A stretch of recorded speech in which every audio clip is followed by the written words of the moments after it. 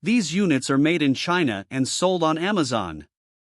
All of the units use environmentally friendly are 32 refrigerant and 115 volt power, but they have a very minimal guarantee. They are Wi-Fi enabled for control through their smartphone app as well as with the remote control. The units have a 3-speed fan but only manually operated louvers, which does not do as good of a job of circulating the air throughout the room.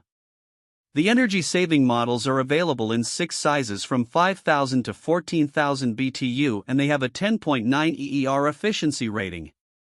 They use standard compressor technology and have a noise rating of 56 decibels, while the smart inverter models use state-of-the-art inverter compressors and have a 42 decibel noise rating, which is roughly equivalent to the hum from a refrigerator. Although the units use a basic washable filter which does not do much to keep the coil clean or to improve the room's air quality. This brand receives an overall 1-star don't buy rating from HvacRepairGuy.